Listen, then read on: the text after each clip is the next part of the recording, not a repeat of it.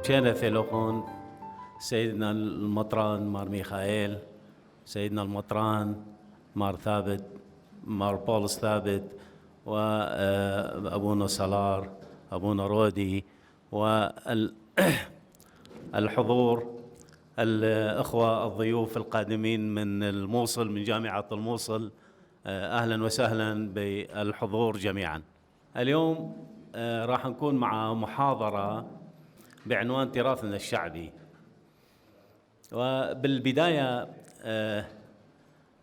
طبعا يعني حبينا أنه نتكلم باللغة السريانية بالسورث، بس لأنه عندنا ضيوف فتسمحوا لنا، يعني مجبورين، ولو احنا أساسا المحاضرة مالتنا تراثية.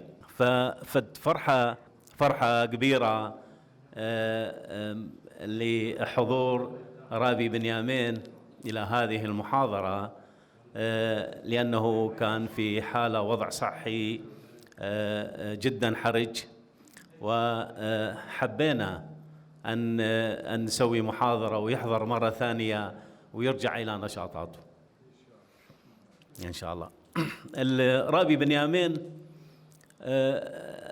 غني عن التعريف بالنسبة إلى أهالي القوش واللي يعرفه، يعني فهو من مواليد القوش 1931، وله مؤلفات وكتب مطبوعة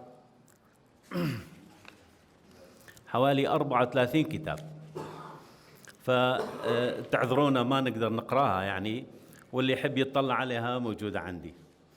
الجزء الثاني من المحاضرة راح يكون للدكتور روبن بيث شمويل، وروبن بيث شمويل مواليد دهوك 56، ودكتور روبن إنسان معروف، وكان مدير الثقافة السريانية بإقليم كردستان، وأيضا له مؤلفات. وأيضا أعتذر عن القراءة لأنه بصراحة المحاضرة شوية طويلة ولا خاف لا تنزعجون. فأهلا وسهلا بكم مرة ثانية، ونبدأ مع رابي بنيامين. تفضل رابي باقر. كن شبريخة شلام اللوخن مشينا إيثيثوخن ببريشوثة ميقرأ بسقوفة وميقرأ كهنة ومطيوة كلوخن مشينا ثيلوخن قاخرت ملوء مقرونة دغدت خير رابي منظر لازي قارن بقو لشانا قارن لشان عرباية بيدتن أرخي وكبخدم شركة خلي منها ملوءة إلى يرتوس عميتد ألقش وقت كيلوتو ألقش بعمقد وريد بعمقد تشعيث التاريخ. القوش بلدة عريقة تاريخيا، كانت موجودة قائمة في القرن السابع قبل الميلاد، هذا على الأقل. أما جغرافيا فهي من بلدات المثلث الآشوري، وبعد الفترة المسيحية كانت ضمن بلدات أبرشية آثور، جغرافية الكنيسة الشرقية، يعني أبرشيات الجغرافيا الكنيسة الشرقية. والقوش تربض على جبل يسمى باسمها، وكانت منعزلة،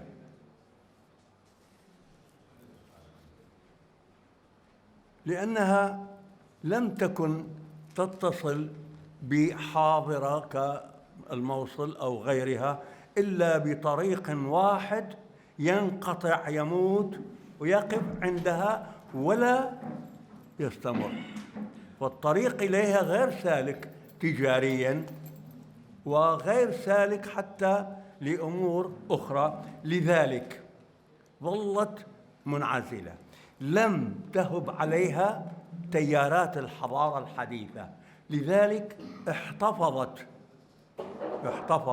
بموروثها القديم الفلكلوري الشعبي أكثر من غيرها، لأنها كما ذكرت لم تتأثر كثيرا بالتيارات التمدن الحديث.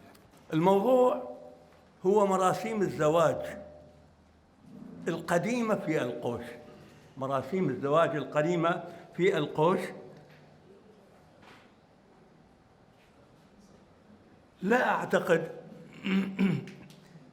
أن فتاة أو أنثى عراقية كانت تمتلك من الحريات والحقوق قدر ما تتمتع به الفتاة في بلدة القوش. وجدير بالذكر أنها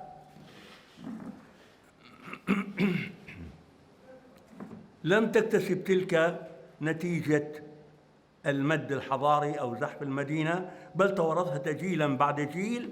فقد عرفت منذ القدم سافرة لا تعرف الحجاب ولا الاحتجاب بين جدران البيت، فهي أبداً متواجدة وجنباً إلى جنب مع نصفها الآخر بانطلاق تام ودون تحفظ، فهي ساعده الأقوى في الحقل وفي البيدر، وكالفتى لها رأيها المسموع في شؤون الحياة البيتية العامة، وتشاركه الترتيل في الاحتفالات والمناسبات الدينية، وتجمعها معه مع ألعاب التسلية البريئة، وتجالسه في الأسمار وتراقصه يداً بيد في الأعراس.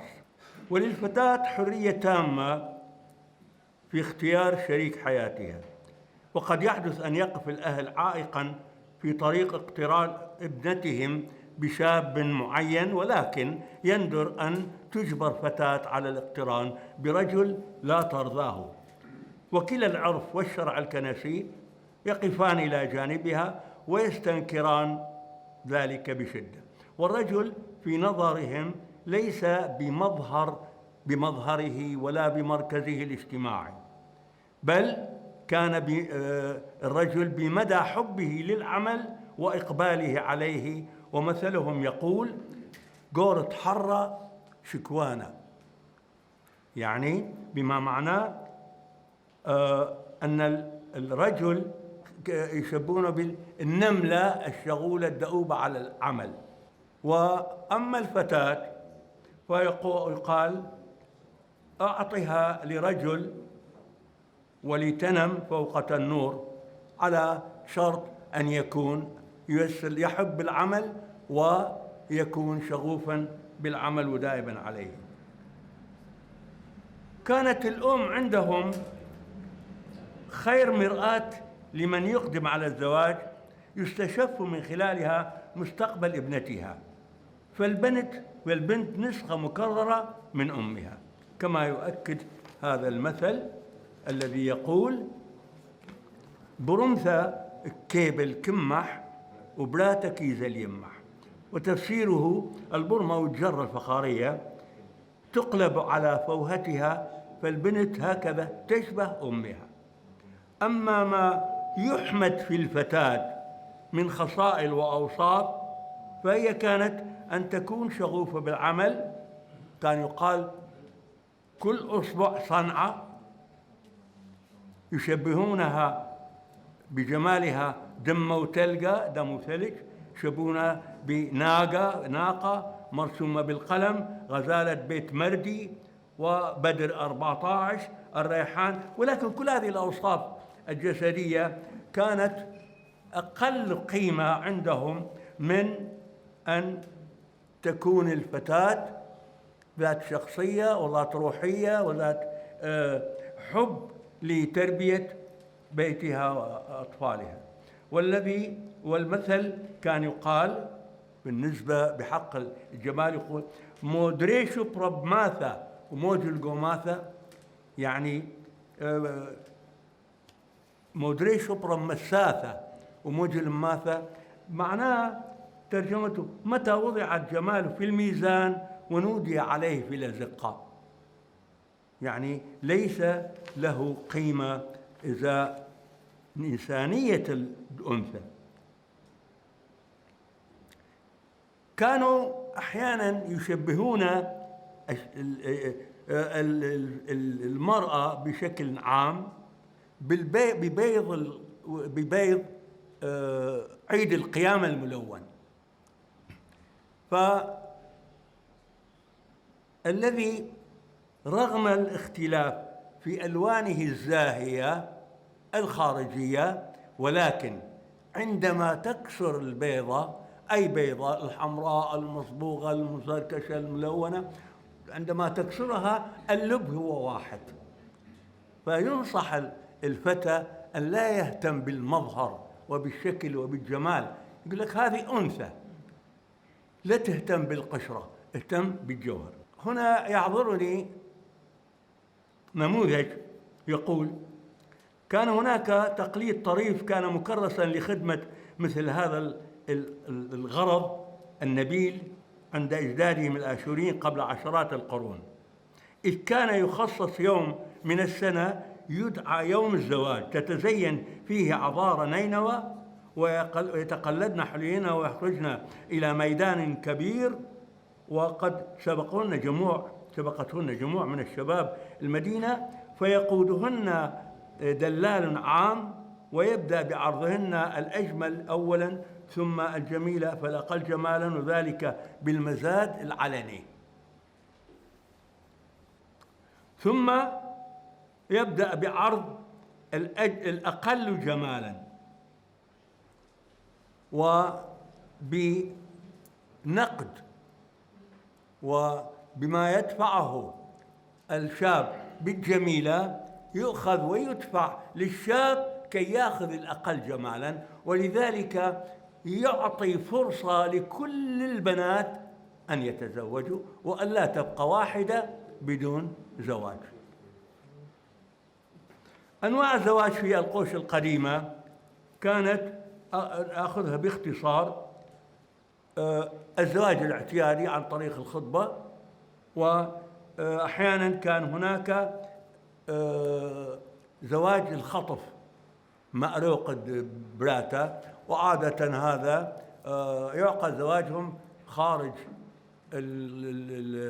البلدة في كنيسة أخرى أو في أحد الأديرة. هناك زواج يسموه غاغوري أو يسموه بالعربية قصة بقصة، يعني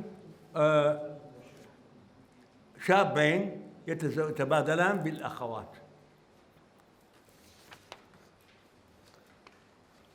أما الزواج الإجباري فكان نادراً، ولا يحدث الزواج الإجباري إلا عندما يقع يعني تقع الفتاة في خطيئة، فيجبر الفتى عندئذ البلدة كلها تجبره أن يأخذ الفتاة. المهر والنقد كانت ثلاثة أنواع: مرتبة عالة وكان مهرها 12 مجيدية، ومرتبة وسط ومهرها 8 مجيديات، وأدنى ومهرها 6 مجيديات. ونقدة هي بلهجة الموصل ولغة الصداق، وهو مبلغ من المال يقطع للعروس يقدم لها. والجهاز يشمل الملابس والحلي والأثاث والأفرشة وغيرها، وتشترطها وتضع مواصفاتها والدة العروس لابنتها.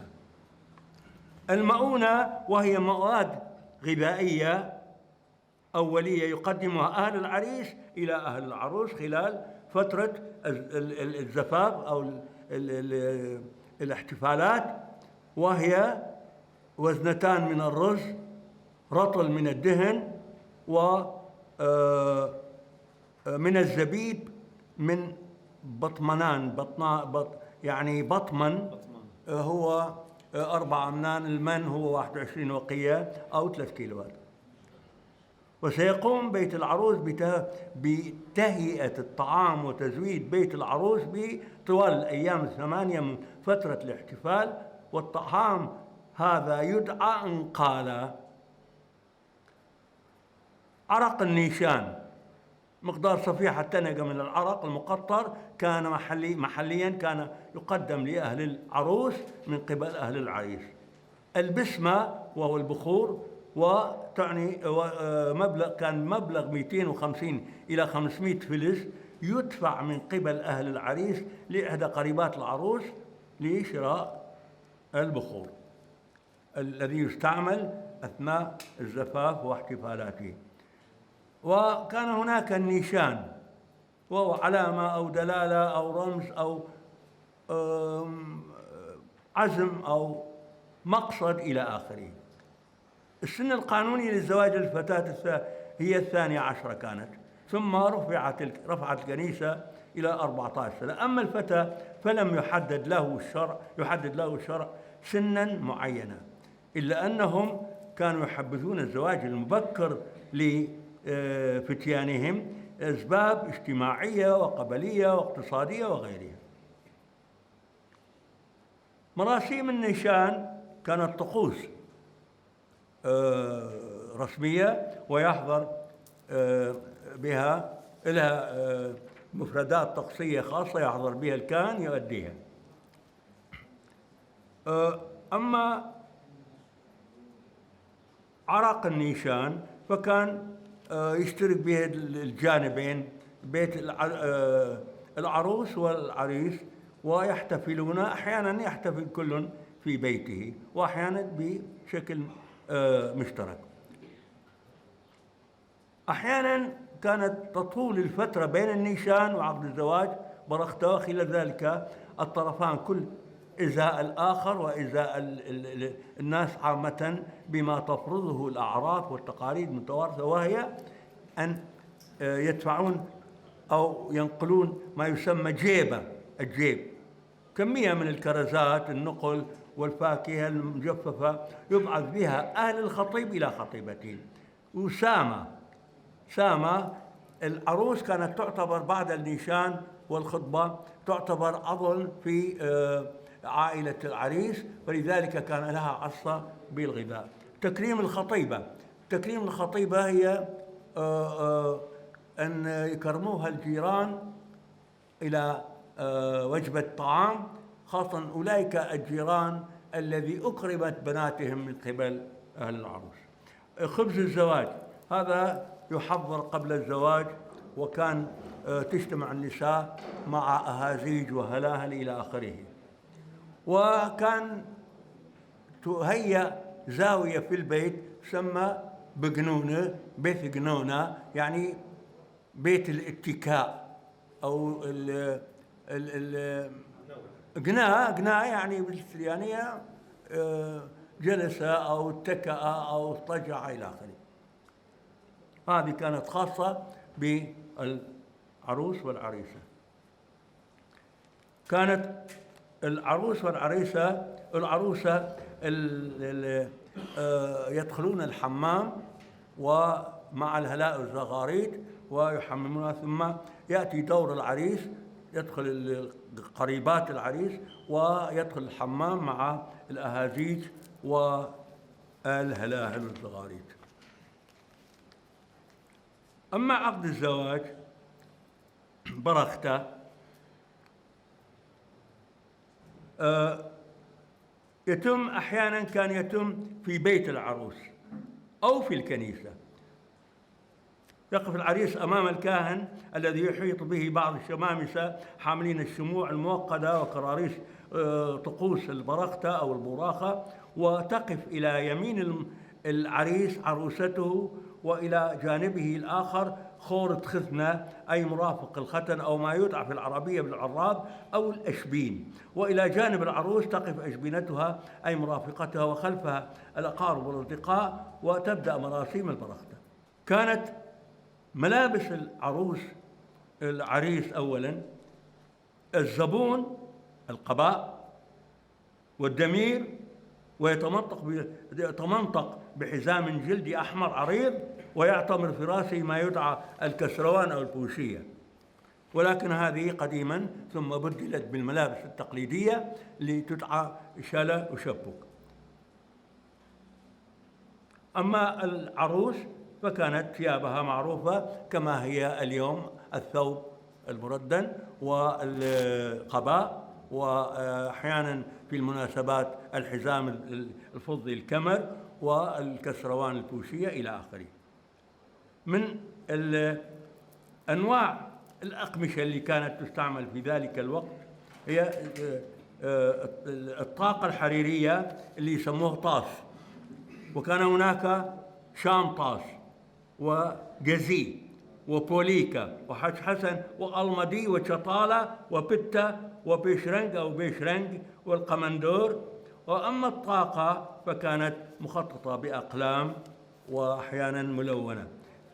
أما المنسوجات التراثية القديمة كانت تسموها القزك، هذه مندودة القز بطريقة بدائية، وبنفشي هذه كانت ملابس القمصلة أو الصدرة والسروال شالوا شبك للرجال كانت من أنواع بنفشي، بنفسجي، بكربقي، كراني، كاتشيتي، رش آغاي، طاويزي، تياريانا.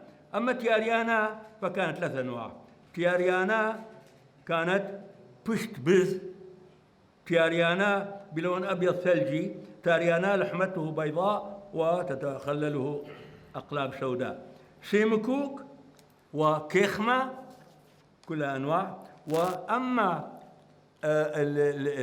المرأة فكان لها مئزر، سموه ميزر، منها ميزر دهوكي، وميزر لونه أحمر، ومئزر لونه بنفسجي وبنفسجي، ومئزر شؤوثة أصفر. والحلي الحجاثة هي صب الديوة، الليرات على الجبين، كيراثة أقراط، محنقياثة قلائد، شيراثة أسورة أسوار، وزمامة خزامة، الكمر الحزام الفضي، حمل الله، خلخالة، إسقاثة خلخال، والخواتم، والصليب كان فضة أو ذهب. خلال ما يمارس من عادات وتقاليد خلال فترة صلاة برختة فاهية، تقف امرأة من قريبات العريس خلفه وبيدها إبرة خياطة تنغز بها جسمه طوال فترة صلاة البرختة لإحباط مساعي من تسوي له نفسه باعتقادهم طبعا للقيام بعملية إثارة، وهو الربط أو التشبسة بالعربية للعريس ليشلي عن أداء مهمته الجنسية. على العريس أن يطأ بقدمه اليمنى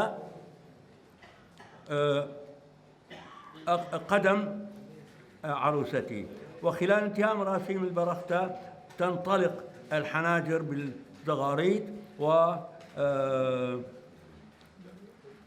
الرصاص، والحاضرون يخرجون ويتجولون في القرية، يتخذون الطريق أبعد طريق إلى البيت حتى يعرضون المحتفلين، موكب المحتفلين، لأكبر عدد من أهل البلدة.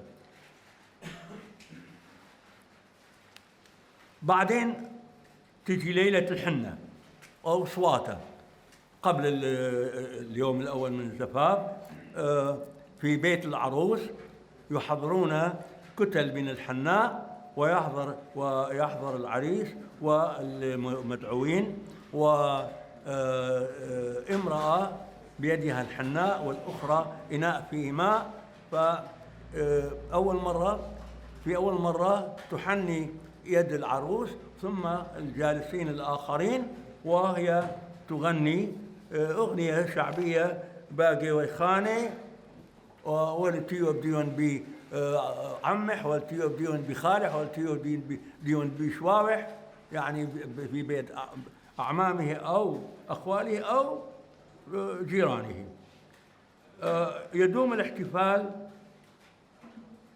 أول مرة 3 أيام مع الرقص والطبل والزرنة والغناء والمأكولات التقليدية ال3 وجبات، ويستمر بالنسبة لأهل العريس أسبوع كامل.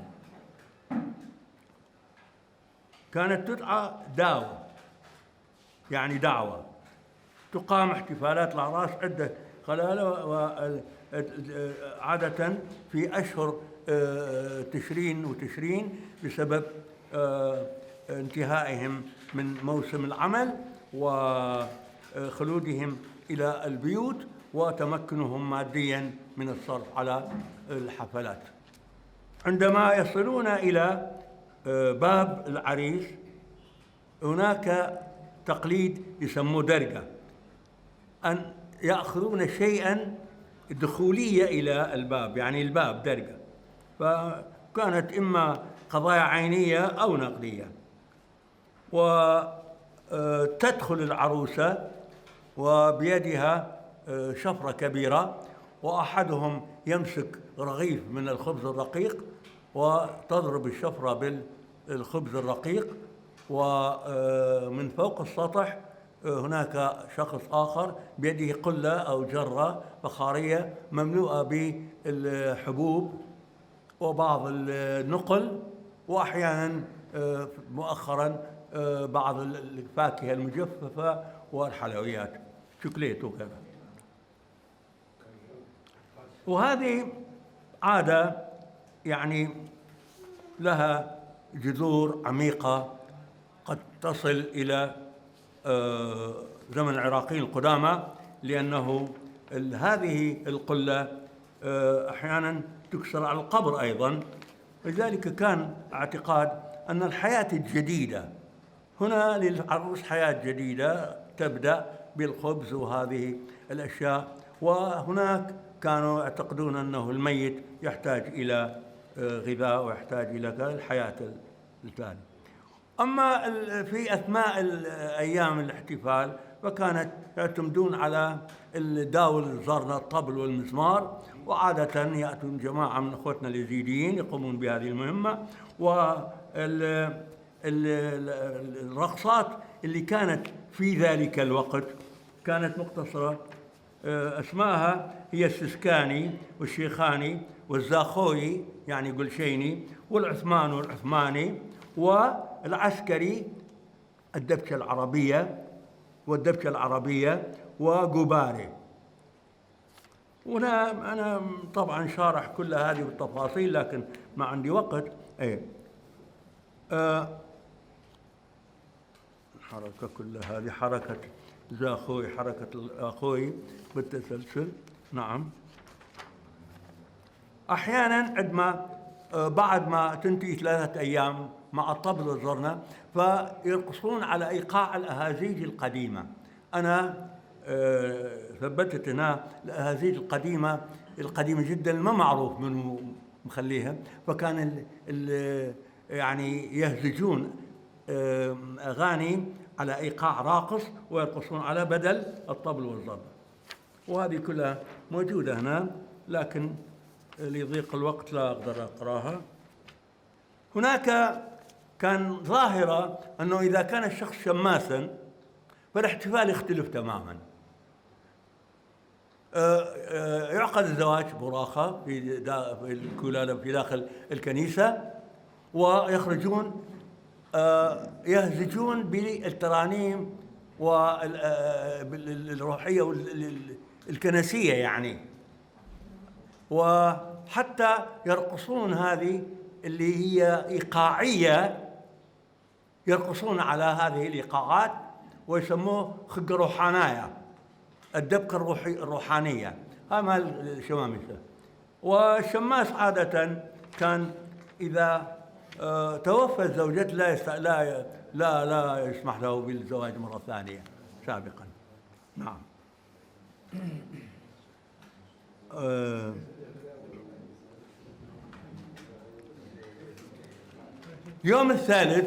في اليوم الثالث قبل العصر يقبل موكب الرز والعصيدة من بيت أهل العروس، تسبقه زغاريد وأهازيج النسوة والفتيات اللواتي تتقدمهن امرأة تحمل طشتا كبيرا يشغل نصف حيزه الرز والنصف الآخر العصيدة، وتغطيه أرغفة خبز رقاق المنقوع بالماء، ويسير خلف المرأة الفتيات بلا مسنة زاهية، وهن يحملن أطباقا صغيرة من الطعام نفسه. وإذ يصل الموكب بيت أهل العريس يباشر بلف الخبز على الرز والعصيدة وتوزع على الحاضرين. وقبل المساء ينفرد العريس بأشبينه. في اليوم الثاني تحدث كذا نفس الأعمال، وتبدي يوم الثاني ما يدعى الصباحية، وهي دعم أهل العريس ماديا. نعم. في مساء اليوم الثالث ظهرا، في اليوم الثالث ظهرا تعاد العروسة إلى بيت أهلها، وفي المساء يذهب موكب مع الطبل والزرنة ويعيدونها إلى بيت العريس مرة ثانية، ويسموه شرعلة، يعني شرع الله. وتصبح حينذاك بعد عودتها عضو في بيت العريس. وبنهاية هذا اليوم ينتهي الاحتفال العام، فيحل العروس إكليله ويحتفظ به في جيبه، إلا أنه سيظل يستقبل المصبحين، يعني الذين يدفعون له الصباحية طوال الأسبوع حتى يوم السبت. وسيتمتع العريس مع جميع أهل بيته، يمتنع عن العمل، وما يدعونه انطار تكليلة، أي حراسة الإكليل. فالإكليل عندهم مقدس، وهو السر السابع من أسرار الكنيسة المقدسة الذي يتقبلها الإنسان خلال دورة حياته. خامن يعني رازد إيتيلي داخل توديسة وميرون شاوسة وقربان قديشة مش حدقية ودرقة كانوسة وزواها، فهذه واحد منهم. كمان أهل العروس سيواظبون على جلب الطعام لبيت أهل العريس طوال هذا الأسبوع وعلى نفس النظام السابق. وفي يوم السبت تدخل العروس الحمام، ثم تأتي امرأة وتأخذها إلى بيت أهلها، وقبل غروب الشمس توفد امرأة من قبل بيت العريس لإرجاعها. وفي صبحية يوم الاثنين يخرج العريس إلى عمله اليومي، كما تزاول العروس الأعمال المنزلية المعتادة. كان بودي أن أذكر التفاصيل الكثيرة، هي 45 صفحة، فأنا قرأت ما هو معدله يعني 10 صفحات لا أكثر أو أقل، لكن الوقت ما يسمح. بس أريد أنوه أنه هذا الموضوع ومراسيم الزواج في القوش هو مادة واحدة من 43 أو 44 موضوع راح سوف تخرج ككتاب كامل، تراثيات القوش، مراسيم الزواج، الزراعة، كل شيء يغطي دورة الإنسان من الولادة إلى الموت، لأن التراث هو حياة الإنسان، ممارسة الإنسان في حياته، فتراته من يولد يتزوج، وهناك مراحل ومحطات كثيرة إلى أن يموت. عدا هذا هناك وسائل يتوسل بها، هذا من ضمن الفولكلور، يتوسل بها في إدامة حياته، وهي الأدوات والعدد اللي يعمل عليها ليعيش، يزرع، يصنع إلى آخره. فهذه الأعمال هي حياة الإنسان، كانت موجودة في القوش بشكل دقيق. كما ذكرت كانت القوش بلدة منعزلة، احتفظت كثيرا بتراثها، أكثر من غيرها. وكان لذلك كانت ظاهرة الاكتفاء الذاتي في القوش، الاكتفاء الذاتي بعناصر الحياة، إدامة الحياة الثلاثة، وهي الغذاء والكساء والسكن. كل الغذاء أقدر أقول يعني 95 96 إلى 99% كان إنتاج البلدة ومن إنتاج أيدي أهلها بالنسبة للأغذية، زراعة، تصنيع إلى آخره، إلى آخر ما يكون يحضر ويكون حاضرا للتناول. كل الكساء كان من صناعة البلدة، أقمشة النساء والرجال كانت من صناعة البلدة. كانت صناعة الملابس الرجال وإحنا نعرفها، أنا ذكرت في موسوعة القوش اللي طلعت قبل أيام وهي 914 صفحة تغطي كل بلدانيات القوش، كان أكثر من 40-50 أنا أتذكرهم حاكة زقالة. وهكذا بالنسبة وكانت بالنسبة لملابس الرجال هذه اللي ذكرت أسمائها، وملابس النساء كان قماش يسمونه نصية. هذه كانت من الخيوط القطنية تغزل على الدولاب اليدوي. أما بالنسبة للخيوط الملابس الرجالية كانت صوفية وتغزل بالمغزل، وكل الأعمال الأخرى كانت.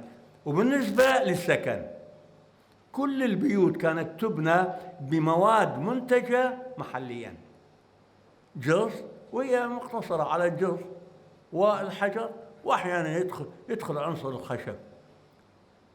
وظلت البلدة محتفظة بهذا النظام الاكتفاء الذاتي إلى ما بعد الحرب العالمية الأولى، جاء تيار الحضارة، وكثير من هذا التراث تلاشى واضمحل واختفى، وكثير من العدد، عشرات بل مئات العدد اللي كان يتوسل بها القوشي القديم اليوم لا نراها إلا أحيانا نراها في المتاحف فقط. كل هذه كانت تجعل الإنسان القوشي إنسان منتج وليس متطفل، كان مثمر، يعني ينتج كل ما يحتاجه لنفسه وليس مستهلكا. لذلك لم تكن القوش سوقا للغير، بل كانت هي سوقا للآخرين، يعني هي اللي تزود الآخرين. سوقها كان غني زود الآخرين، ولا يعني الضخ للقوش أي بضاعة. 7 خانات كانت موجودة، ذاكر أسماءها أنا بالموسوعة، كانت تمتلئ بكل المواد. وكان الإنسان القوشي كما ذكرت كان مثمراً ولم يكن مستهلكاً. يعني 95% أنا مرة قلت 95% من أو أكثر من القوشيين كانوا مثمرين منتجين. اليوم 95% وأكثر من 5 ومستهلكين. إحنا نستهلك أشياء ليس لنا يد بيها، هذا المستهلك. إحنا اليوم سوق للآخرين، نستورد كل شيء وإحنا قاعدين. حتى كبلدة صغيرة المفروض إحنا نصدر بيض، البيض يجينا، طحين يجينا، كل شيء. ننظر اليوم دائما تقريبا 95% كله مستورد، ما ننتج. المعامل ذكرت في موسوعة القوش المعامل أو الحرف، 72 حرفة في القوش بمحلة راحت. هذه ال 72 حرفة كانت تزود القوش بكل حاجياتها فيقوم الاكتفاء الذاتي. اليوم اضمحلت تلك المعامل والمصانع لإنتاج مواد للغذاء وللكساء وللسكن. أشكركم على الإطالة.